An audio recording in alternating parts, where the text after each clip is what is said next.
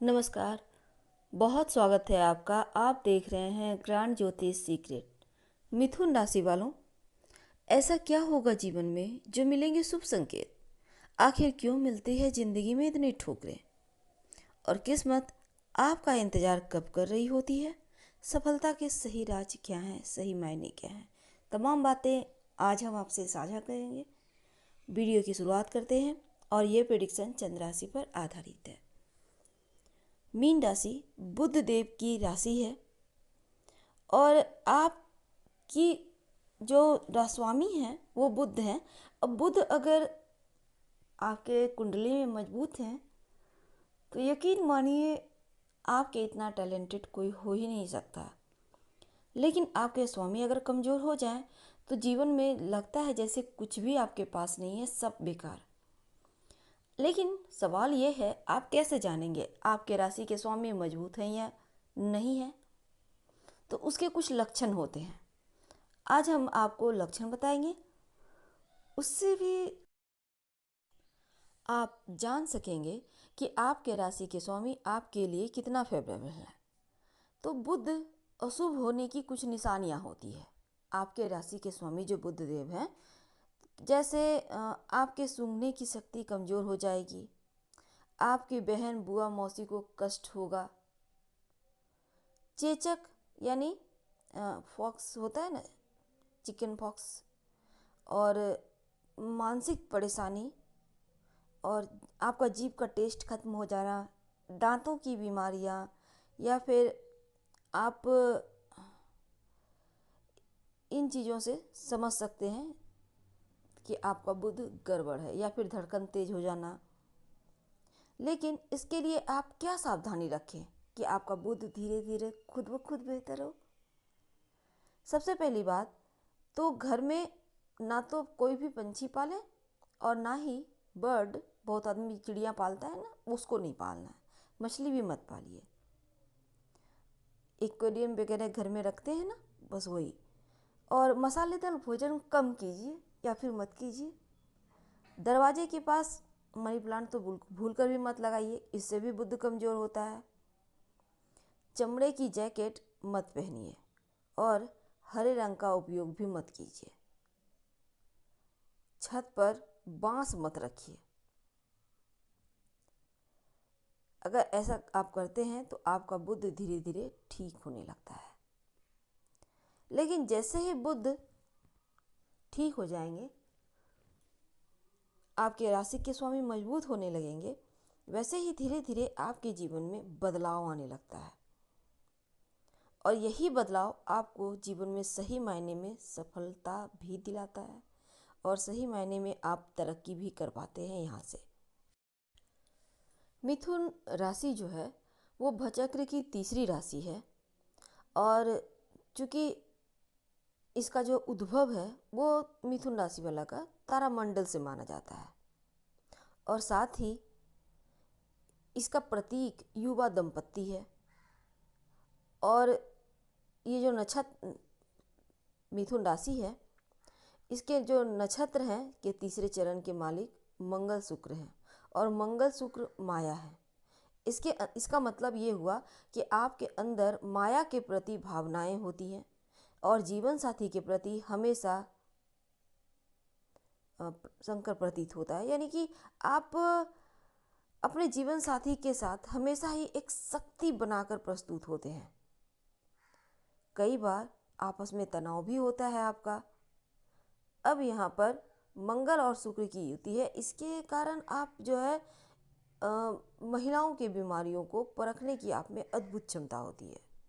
आप वाहन की अच्छी जानकारी भी रखते हैं और आपको वाहन का सुख के प्रति ज़्यादा आप ललायित होते हैं। आपको लगता है हमें चाहिए तो चाहिए। वैसे घरेलू जीवन में सब कुछ साज सज्जा करना, ये सभी चीज़ें भी आपका बहुत पसंदीदा शौक़ होता है। क्योंकि यहाँ पर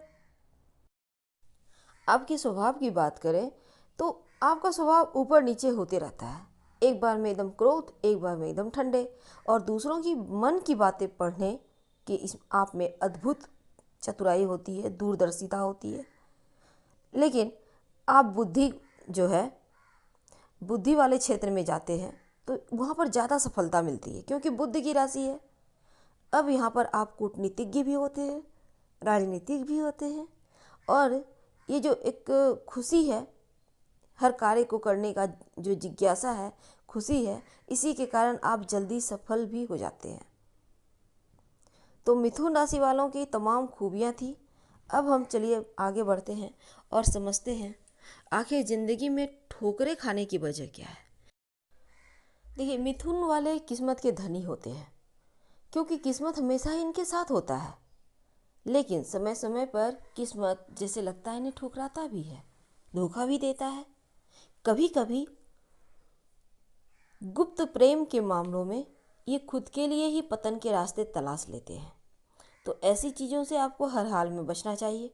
दूसरा, आपका यहाँ पर बहुत जल्दी जल्दी निर्णय ले लेना और एकाग्रता नहीं होना, एक ऐसे छोटे रास्ते को देखना पसंद करते हैं जो अनंत है, लेकिन आपके लिए वहाँ भी सफलता नहीं मिलती, क्योंकि जल्दबाजी में आपके अंदर जो काबिलियत है, जो गुण है चीज़ों को परखने की, वो भूल जाते हैं, और अक्सर यहीं पर आप मात खा जाते हैं। हड़बड़ाहट में कभी कभी आपकी कोई भी काम जिसे आपको अच्छी तरह से करना चाहिए नहीं कर पाते, और वैसे होते हैं ईमानदार बहुत ज़्यादा, और यही ईमानदारी तो आपको ले डूबती है, क्योंकि आपके इतना ईमानदार तो सामने वाला नहीं होता, और अक्सर इसका लोग गलत फ़ायदा उठाते हैं, पीठ में छुरा भोंकते हैं और समय का फ़ायदा उठाकर आगे बढ़ जाते हैं। आप हैं कि वहीं रह जाते हैं। तो आपको भी इन चीज़ों से बचना होगा। लोगों की ज़्यादा हाईलाइट में ना आकर अपने काम से काम मतलब रखना होगा, तभी आप सफल हो सकते हैं।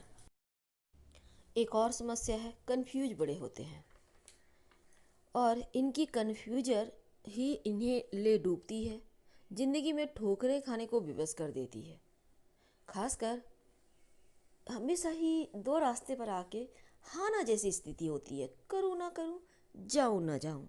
अब यहाँ पर लापरवाह भी बहुत होते हैं, और यही लापरवाही, ये दुविधा इनको बहुत महंगी पड़ती है। इसके कारण आपको हानि भी उठानी पड़ती है, और आप अगर चाहते हैं इन सभी चीज़ों से बचें, तब क्या करें? तो किस्मत आपका इंतज़ार कैसे करेगी? आखिर आप क्या करें कि किस्मत का साथ हर हाल में आपको मिलना ही है? और सफलता के सही मायने क्या है? सबसे पहली बात तो, जीवन में सफल होने के लिए हर कोई पैसे को दुगुना, चार गुना, छः गुना करना चाहता है। आपको भी लगता होगा पैसे का इन्वेस्टमेंट करें कि थोड़ा बढ़े। एक तो जल्दबाजी में कहीं भी पैसे इन्वेस्ट ना करें, मार्केट का रुख देखें, सोचे समझें फिर करें। किसी की बातों में आकर जल्दी निर्णय लेने से बचें, वरना लोग आपको बेमतलब ठोकर दिलाएंगे। बहुत बार होता है, लोगों को आप बता देते हैं इतने पैसे हैं, ये करना है, वो करना है, तब क्या करता है, जो आपसे जलने वाले हैं गलत राह बता देंगे, जाओ फंसो। तो ये चीज़ें आपको नहीं होने देनी है। और संडे के दिन यानी रविवार के दिन पैसों का इन्वेस्टमेंट कहीं भी ना करें, भूल कर भी ना। आपके लिए वैसे सोना, गेहूँ, चना, इन चीज़ों में निवेश करना अच्छा रहेगा, पैसे इन्वेस्ट करना अच्छा होगा। चाहे वो शेयर मार्केट में आप गोल्ड का कागज़ ही क्यों ना ले, लेकिन सोच विचार कर, मार्केट का रुख देखे बिना मत कीजिए, नहीं तो लॉस लगेगा। दूसरी बात अगर हम किया करें तो अन्य लोगों की तरह आपके भी जीवन में संघर्ष होता है, आपको भी किस्मत का इंतज़ार होता है, लेकिन किस्मत का सिर्फ इंतज़ार करने से नहीं मिलता। किस्मत का साथ चाहिए तो हनुमान चालीसा का पाठ करें, शनिवार के दिन हनुमान जी की उपासना करें, क्योंकि आपके जीवन में ज़्यादातर करियर को लेकर संघर्ष होता है। आप हनुमान चालीसा तो पढ़े ही, और अगर लगे आपको कि नहीं जीवन में तो कुछ है ही नहीं, सब कुछ गड़बड़, तब ऐसे में मंगलवार और शनिवार की शाम सुंदरकांड का पाठ करें, या तो अपने घर में ऑडियो ही चला दें। इससे घर में सकारात्मक ऊर्जाएं आती रहेगी और आपके जीवन में खुशियां सराबोर होगी। वैसे तो आपको धन अपने ही शर्तों पर चाहिए, क्योंकि आप धन कमाते भी हैं, लेकिन बचाना आपके लिए आसान नहीं होता। बहुत कंप्रोमाइज़ आप करते ही नहीं, इसलिए धन आए भी और बचे भी, दोनों ही चीज़ें आप चाहते हैं, तब इसके लिए भी आपको हनुमान जी के ही शरण में रहना होगा, क्योंकि यहाँ मंगल लगभग सब कुछ ही कंट्रोल करता है। और मंगल को मनाकर रखिए, हनुमान जी को मनाकर रखिए। और अगर आप चाहते हैं आपका पूरा जीवन खुशियों से सराबोर रहे, कभी भी जीवन में असफलता ना मिले, तब ऐसे में पारिवारिक जीवन बेहतर हो, आपके धन वाले पार्ट बेहतर हो, जीवन में खुशियाँ ही खुशियाँ हो, तब एक बात हमेशा याद रखिए, एक तो लाल रंग का प्रयोग बिल्कुल ना करें, भूल कर भी ना करें, लाल रंग के कपड़े वगैरह कोई भी चीज़ नहीं। और सुबह सुबह यानी भोर के समय 4:30-5 बजे के करीब या फिर रात में सोने के पहले शुक्र के मंत्र का जप करें। ओम सुं शुक्राय नमः, ओम सुं शुक्राय नमः।